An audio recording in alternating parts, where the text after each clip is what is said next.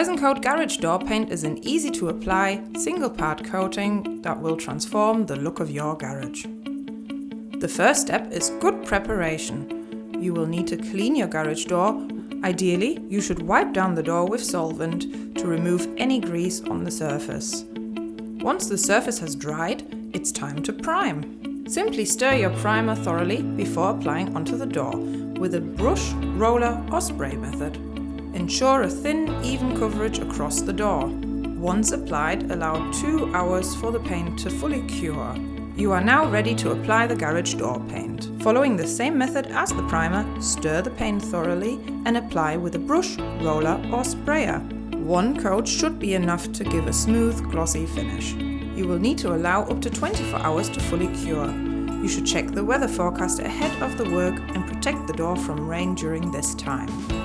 Your garage door is now transformed, creating a glossy and stylish look.